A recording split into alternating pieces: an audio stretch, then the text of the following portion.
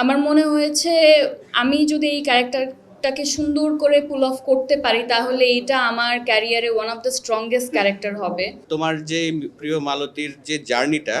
এই জার্নিটা আমাদের সাথে একটু শেয়ার করো। প্রিয় মালতী হয়ে ওঠার এই জার্নিটা মানে আমি আসলে আমার বলতেই হবে আমি নিজের মতো করে সবসময় যখন থেকে আমি অ্যাক্টিং নিয়ে সিরিয়াস হয়েছি তখন থেকে চেষ্টা করেছি একটু ডিফারেন্টভাবে কাজ করার এবং ডিফারেন্ট ডিফারেন্ট জনরাতে কাজ করার। সো আমি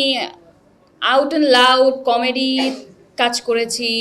thriller which is my personal favourite genre, সেখানে কাজ করেছি, রোম্যান্টিক কাজ করেছি অনেক লম্বা সময় ধরে এবং রমকম বা যেটাই বলেন না কেন আমাদের নাটক ইন্ডাস্ট্রিতে যত ধরনের কাজ হয়েছে I tried to be part of